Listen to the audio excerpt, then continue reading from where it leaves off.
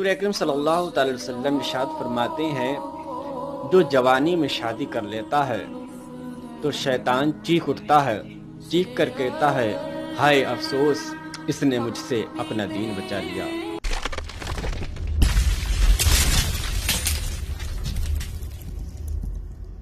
السلام علیکم ورحمۃ اللہ وبرکاتہ۔ الحمدللہ رب العالمین والصلاة والسلام علی اشرف الانبیاء والمرسلین نبینا محمد وعلی آلہ وصحبہ اجمعین، اما بعد، اعوذ باللہ من الشیطان الرجیم، بسم اللہ الرحمن الرحیم۔ قال اللہ تبارک وتعالی فی قرآن المجید: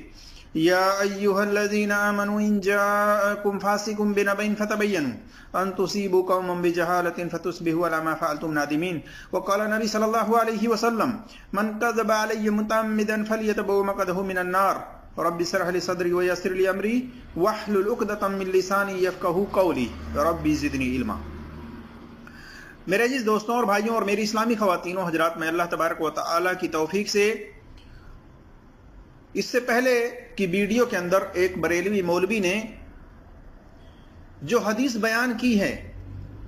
اس حدیث کی سند کی جانچ پڑتال اصول حدیث و اسماء و رجال و جرح و تعدیل کے میزان پر آپ کے سامنے رکھنے کی کوشش کروں گا انشاءاللہ تبارک و تعالی۔ اللہ تبارک و تعالی سے دعا ہے کہ اللہ تبارک و تعالی ہمیں حق بات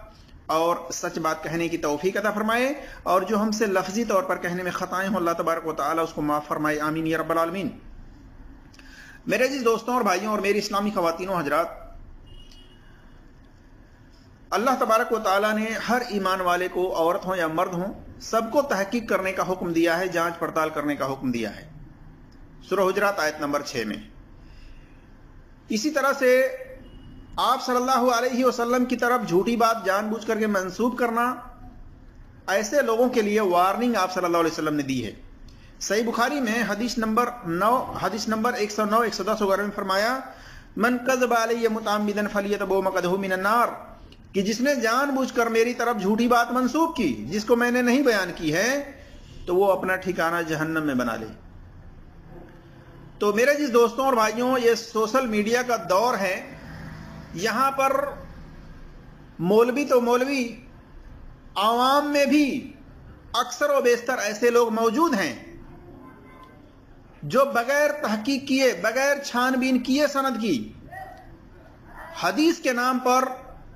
نبی صلی اللہ علیہ وسلم کی طرف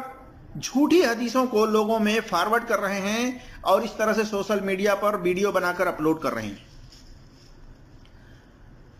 جبکہ ایسا نہیں کرنا چاہیے۔ بغیر چھان بین کیے سند کی اس حدیث کو دوسروں تک فارورڈ نہیں کرنا چاہیے، نہ دوسروں کو شیئر کرنا چاہیے، نہ ویڈیو بنا کر اپلوڈ کرنا چاہیے، بلکہ ہر اس حدیث کی سند کی جانچ پڑتال کرنا ضروری ہے، بالخصوص آج کے دور میں۔ تو آئیے ہم دیکھتے ہیں جس حدیث کو ویڈیو کے اندر ایک بریلوی مولوی نے بیان کی ہے بلا تحقیق، کیا وہ حدیث اصول حدیث و اسماء و رجال و جرح و تعدیل کے میزان پر صحیح ہے یا صحیح نہیں ہے۔ تو آئیے ہم سب سے پہلے اس کے اندر جو خامی ہے وہ بھی رکھتے ہیں، اس کے بارے میں بھی بتلاتے ہیں، اور وہ حدیث کس صحابی کی طرف منسوب ہے اس بارے میں بھی وضاحت کرتے ہیں۔ تو دیکھیے، یہ حدیث جابر بن عبداللہ رضی اللہ تعالیٰ عنہ کی طرف منسوب ہے۔ اس حدیث کا دار و مدار ایک راوی ہے، اس کے اوپر ہے خالد بن اسماعیل المخزومی، مین راوی سند کے اندر یہ ہے، جس کے اوپر محدثین نے جرح مفسر کی ہوئی ہے، سخت جرح کی ہوئی ہے اس کے اوپر۔ اور یہ حدیث مجمع البحرین کے اندر حدیث نمبر 2241 اور المعجم الاوسط طبرانی کی حدیث نمبر 4475، مسند ابی یعلا کے اندر حدیث نمبر 2041 وغیرہ پر ہے۔ اس کی سند کے اندر جو راوی ہے خالد بن اسماعیل المخزومی، اس کے اوپر امام ابن عدی نے جرح مفسر کی ہے، کہا یدع الحدیث علی ثقات الناس، کہ یہ حدیث کا گڑنے والا ہے سکہ راویوں کی طرف، یعنی جو معتبر راوی ہوتے ہیں، اعتبار کے لائق راوی ہوتے ہیں، ان کی طرف یہ شخص کیا کرتا ہے؟ جھوٹی حدیثوں کو منسوب کر دیتا ہے، جھوٹی حدیثوں کو بیان کر دیتا ہے، جیسا کہ الکامل فی الزوفہ الرجال لابن عدی کی حدیث نمبر 603 میں دیکھ سکتے ہیں۔ اسی طرح سے امام ابن حبان نے کہا خالد ابن اسماعیل عبید اللہ ابن عمر سے عجیب و غریب نقل کرتا ہے، روایت عجیب و غریب نقل کرتا ہے، کسی صورت میں حجت نہیں ہے اس کی روایت،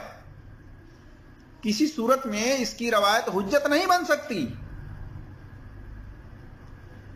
دیکھیے کتاب المجروحین کے اندر، کتاب المجروحین من المحدثین لابن حبان کے اندر نمبر ہے 300۔ اسی طرح سے حافظ ابن حجر نے المطالب العالیہ کے اندر حدیث نمبر 1644 میں لکھا خالد ابن اسماعیل متہم بالکذب، کہ خالد ابن اسماعیل جو ہے یہ حدیث کا گڑھنے والا ہے، جھوٹی حدیثوں کو گڑھنے والا ہے، اور یہ حدیث منکر ہے، باطل ہے، یعنی غلط ہے، صحیح نہیں ہے۔ معلوم ہوا کہ جو حدیث بریلوی مولوی نے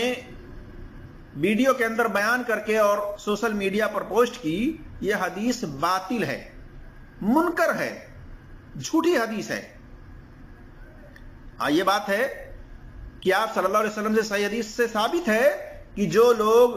نکاح کرنے کی طاقت قوت رکھتے ہیں انہیں چاہیے کہ وہ نکاح کریں، شادی کریں،